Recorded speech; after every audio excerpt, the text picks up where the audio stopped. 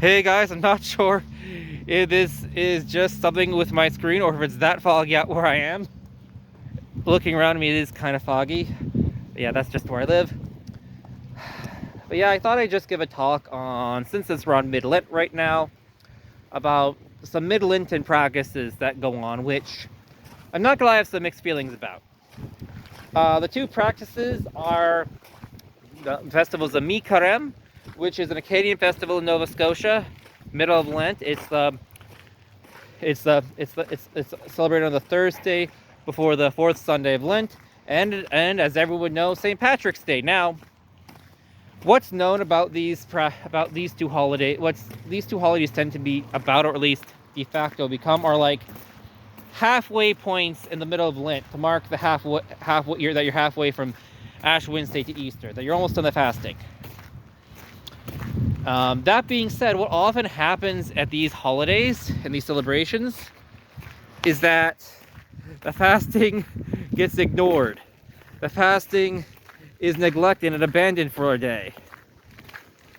So I know I was chatting with someone who, because I'm in Nova Scotia, we have a lot of Acadians who go to our traditional Catholic mission, who are mixed Irish and Acadian ancestry, so they celebrate both. And they're talking about Mi Carême. It's like, hey, what do you serve as food for Mi Carême? Like maybe little candies, just for the kids, etc. Or the adults who fasting. Well, they told me what they served was Raffi pie. Raffi pie is not abstinence or fast. Is not either abstinence or fasting for. It's not abstinence friendly, that's for sure. It is a rich meat and potato pie. If you're not from here and you want to know what it is, it's very similar to chicken pot pie. In the middle of Lent. Now, fasting laws in the Latin Rite, even among traditional Catholics, are not that strict. Like, technically, it's not required.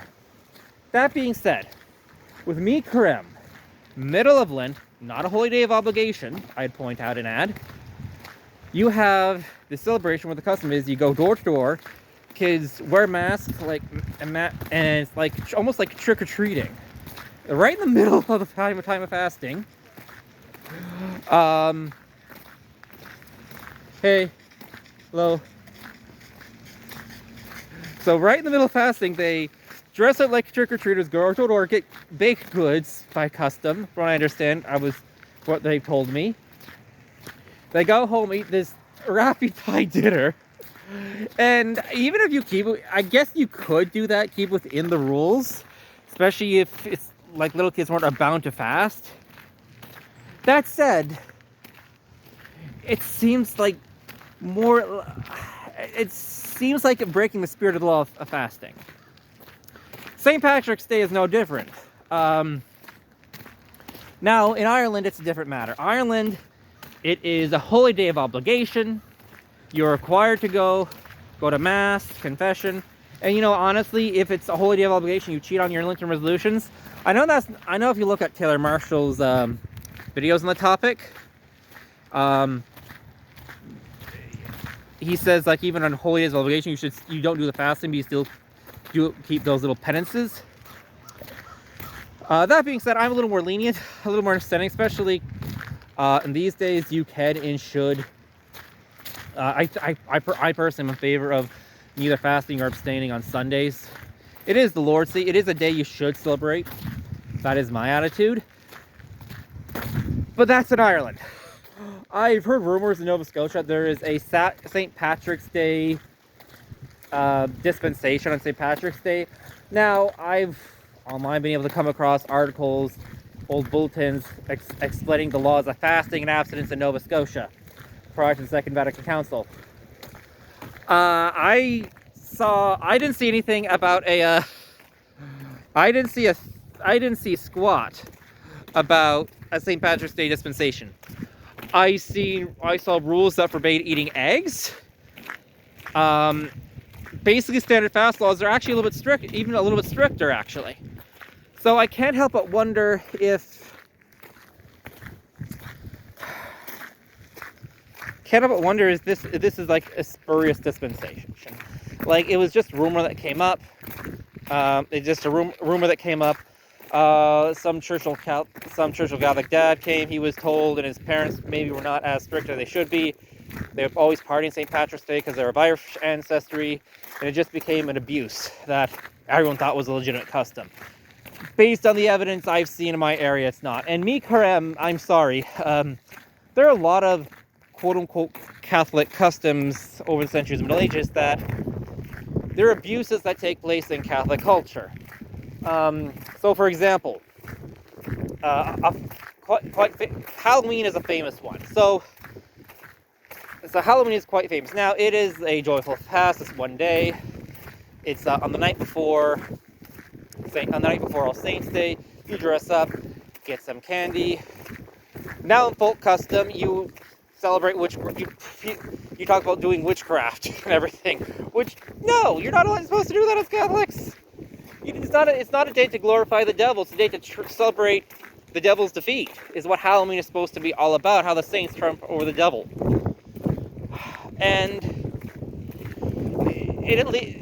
but I find that Mi Carême and the things that go on St. Patrick's Day in some places is particularly odious because it is violating a fast laws that take place in the middle of Lent, when you're supposed to be doing penance, when you're supposed to be fasting.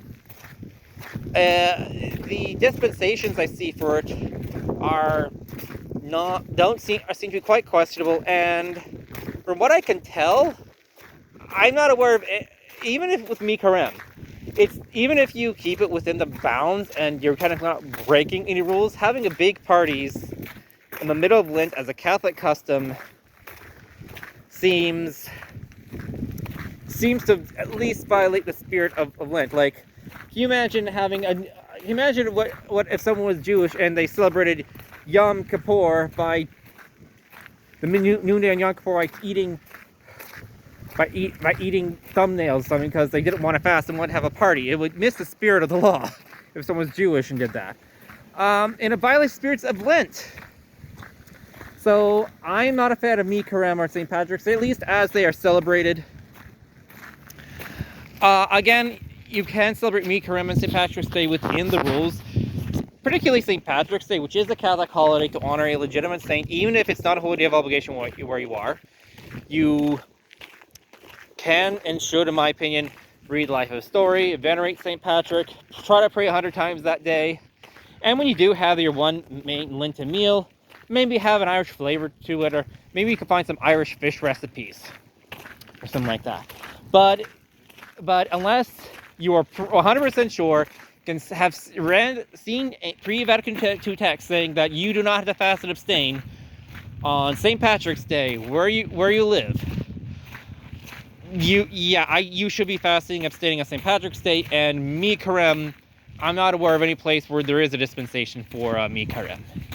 Anyway, God bless. Holy Lent to you. Keep the fast. God bless.